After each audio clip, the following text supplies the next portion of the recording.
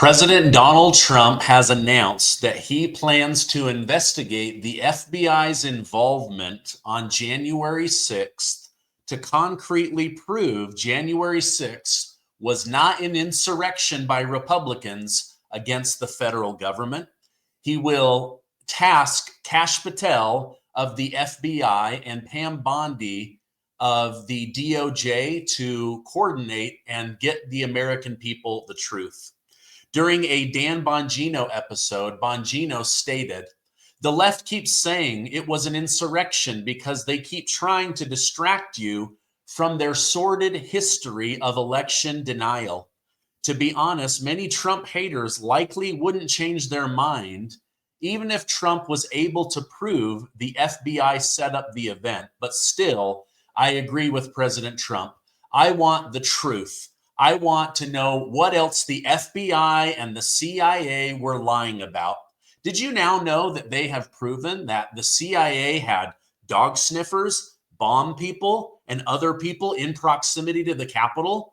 How did they know to be there? Why were they on call? What were they waiting for? I don't know. The truth needs to come out.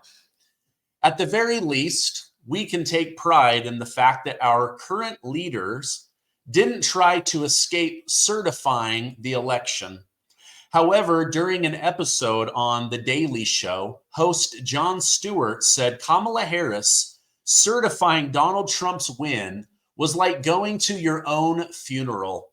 He found it ironic and sad that Kamala Harris, after losing to Trump, had to officially declare him the winner, calling it the ultimate indignity. Now, have you guys seen these awful fires in Los Angeles and Palisades, California? They are awful. They are breaking my heart to see these videos. I put the blame squarely on the shoulders of Gavin Newsom, and I'll tell you why. This guy can never run for president. I mean, if California's policies came to the rest of America, the entire country would burn. 8 years after following the approval of California's $7.5 billion water bond, not a single water storage project has been completed, highlighting significant delays and inefficiencies in the state's water management program.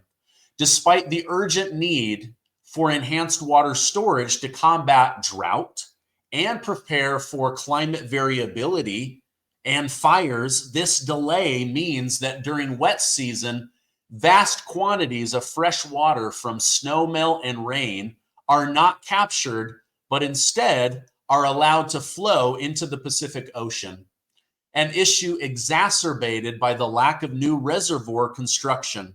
President Trump pointed all of this out to Governor Gavin Newsom as he drove through the hill country of California. He said, "My gosh, it looks like there's plenty of water here. Why aren't you capturing any of it?" Governor Gavin Newsom's administration has faced criticism for these delays, with some attributing the slow pace to bureaucratic hurdles and environmental regulation, basically red tape. Now, Newsom has attempted to address these issues by streamlining processes.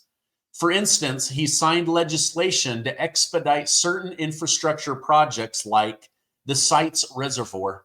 However, the actual impact of these initiatives has been limited, with the reservoir still years away from completion. Well, tell that to the people that just lost everything, their entire lives burned to the ground. Oh, we're gonna build those reservoirs in a couple of years. Did you guys know they're cutting power, they're cutting gas, but worst of all, some of the fire hydrants don't have any water, or they have limited water pressure.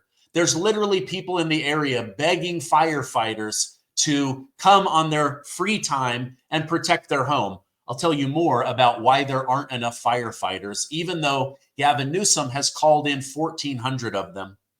Simultaneously, California has struggled with forest management, particularly evident during events like the Palisades and LA fires a few years ago. Now, the state has been criticized for not adequately clearing underbrush and managing forest land, which could mitigate the spread and intensity of their wildfire problems. Newsom's administration has allocated funds for forest health and wildfire prevention, but the implementation and the effectiveness of these programs is debatable. For Donald Trump's perspective, he has criticized Newsom for handling this issue harshly. Trump has previously stated Gavin Newsom has mismanaged California's natural resources. They let all the water flow into the ocean while people suffer from drought. The wildfires, they're out of control because they won't manage the forest. They should have listened to me about raking the forest floors and managing water better.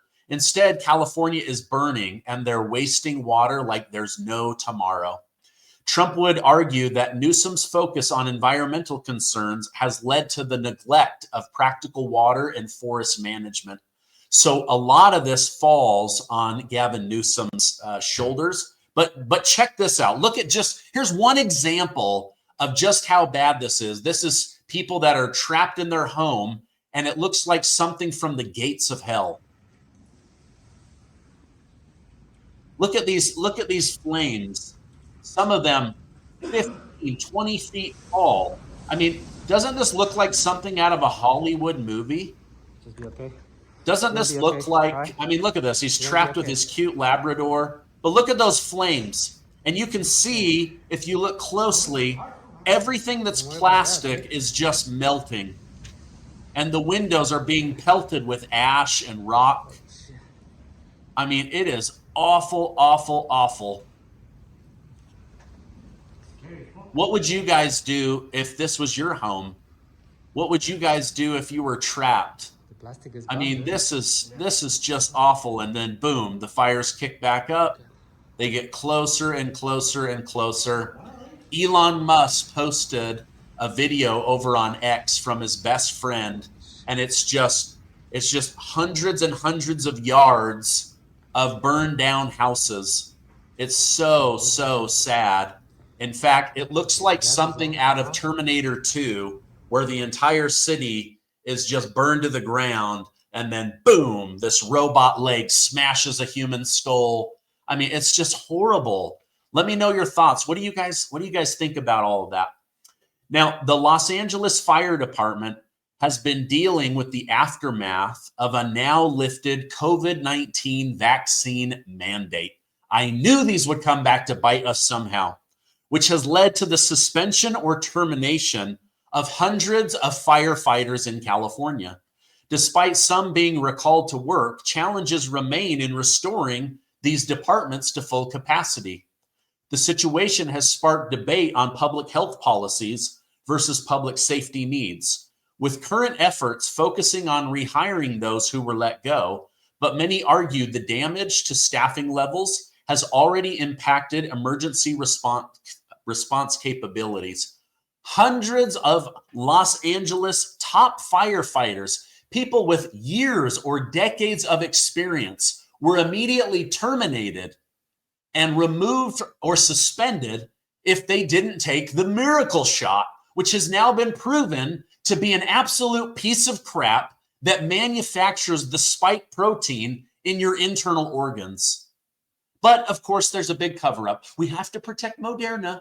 We have to protect Pfizer. It's the only way out of the pandemic. So these houses, these cities, absolutely burned to the ground because of these stupid mismanagement. But then again, this is the Democrat Party for you. $25 billion on homelessness. And now there's more homeless people and more people earning a living in an attempt to end homelessness. $40 billion of internet, yet no one has internet from Biden. $9 billion on electric car chargers, and they've only built 7. $16 billion on high-speed trains and only 20 yards of track. I am so sick of my hard-earned money being wasted on unfinished projects and endless wars. Oh, and speaking of wars, our country is literally running out of missiles, defense vehicles, and bullets. But let's send what we have to Ukraine. It's so stupid. They are literally stealing our tax money and then using it wastefully on stupid projects and endless foreign wars. So dumb. All right, now speaking of theft, did you know that American homeowners nationwide have over $32 trillion in equity? And cyber criminals are targeting it with a growing scam the FBI calls house stealing. House alarms, doorbell cameras, deadbolts, none of these work against these thieves because that's not how it works. If your title isn't being monitored, scammers and thieves can transfer the title of your home into their name by using a document called a quitclaim deed. They then take out loans, home equity loans, new loans in your name, hundreds of thousands of dollars, and you don't know about it for many, many months, and then you end up with a legal and a financial nightmare. Now, the best way to protect your home equity is with triple lock protection from my friends over at Home Title Lock. The triple lock protection is 24/7 monitoring, alerts of any changes to your title, and God forbid, if the worst happens, restoration service with no out-of-pocket cost to you. So when was the last time you checked your home's title? If you're like me, the answer was never. And that's exactly what scammers are counting on. You're too busy dealing with all of the other crap in your life, the other goodness in your life, and then they step in, they take out these loans, and boom, they ruin you. You can get a free title report today and a 30-day free trial of triple lock protection. Just go to HometitleLock.com and use promo code Gardner. Again, that's HometitleLock.com, HometitleLock.com, Gardner. By the way, thank you guys so much for liking and sharing these videos, because when you hit that like button, it tells YouTube and Rumble to share this with others. So thank you guys so much. I'm just a small news station trying to make a big impact here on the internet. All right, now this caught me off guard. Senator John Fetterman, a Democrat from Pennsylvania, has become the first Democrat leader in the Senate to co-sponsor the Laken Riley Act, a piece of legislation led by Republicans to address immigration enforcement and also give authority to arrest and detain people that commit crimes that are here illegally. Now, this was named after Laken Riley, a nursing student who lost her life to an undocumented illegal immigrant who had been arrested multiple times and then had a ticket paid for to ship him out of New York down to the state of Georgia. Now, this is what I like about John Fetterman, is he's open to basically passing all of Trump's nominations, getting those people into their positions. He's also for closing the border. He's also for comprehensive immigration reform. He said no family should have to endure the pain of losing a loved one to prevent violence. But that didn't stop 159 Democrats in the House of Representatives from trying to actively block that bill. Now, why would Democrats fight so hard for illegals, but not for women in America? Why would Democrats fight so hard for illegals, but not to protect children and American citizens and senior citizens? I'll tell you why. Because they're so gross and so pathetic that they would rather have power and future votes than prosperity and protection for you and your family. If you're still voting for Democrats, I urge you, open your eyes. You are poorer because of them. You are less safe because of them. I think a lot of people know this, but we still have to get the word out, because over 65 million people wanted somebody like Kamala Harris to be in charge of the country. So stupid.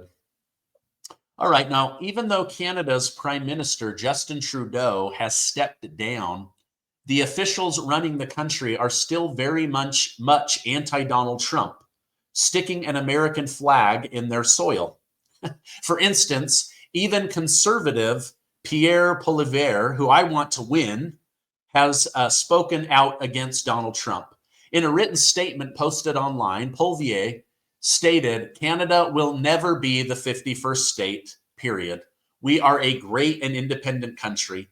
We are the best friend to the United States. We spent billions of dollars and hundreds of lives helping Americans retaliate against Al-Qaeda's 9/11 attacks. We supply the US with billions of dollars of high quality and totally reliable energy well below market prices. We buy hundreds of billions of dollars of American goods. We will remain an independent nation.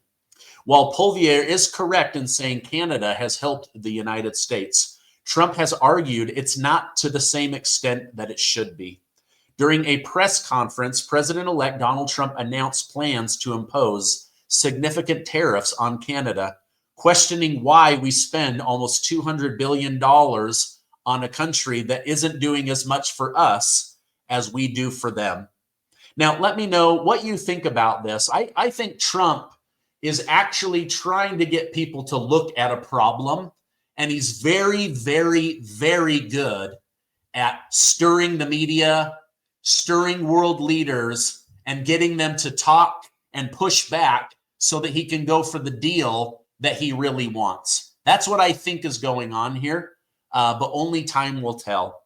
Now, Canada is not very happy about the tariffs, and Mexico is not very happy about the tariffs. In fact, the new president of Mexico said, if you are thinking of naming the Gulf of Mexico the Gulf of America, then we're going to start referring to America as America Mexico, since most of America used to be Mexico.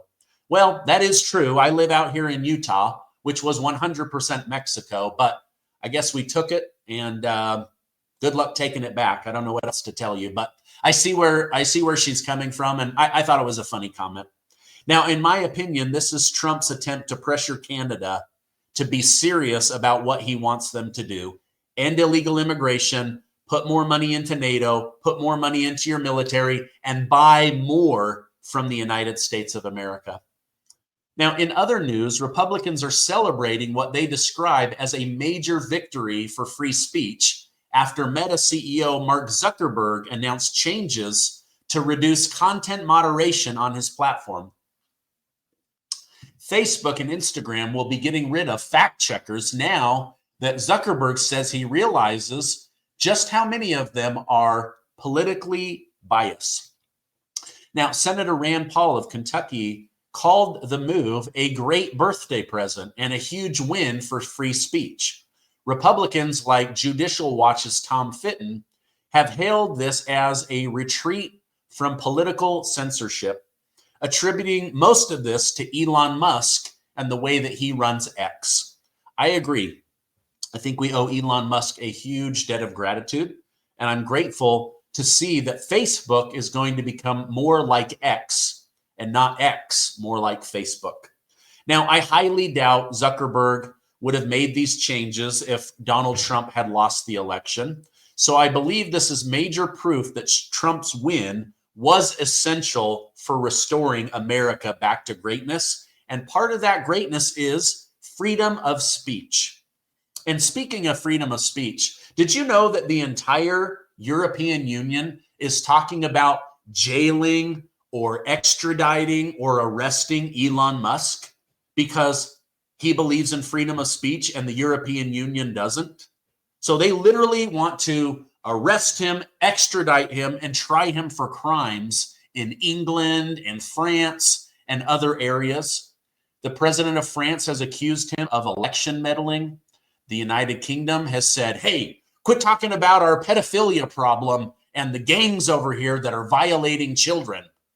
And Elon Musk is like, it's a good thing. You guys should stop doing that.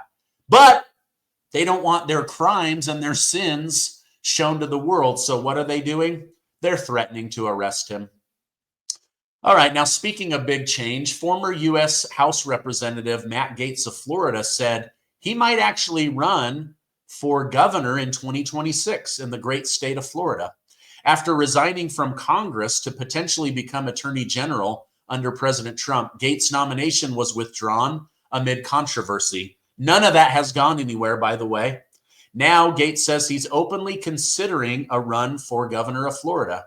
Gaetz stated in an interview with the Tampa Bay Times, I have a compelling vision for the state.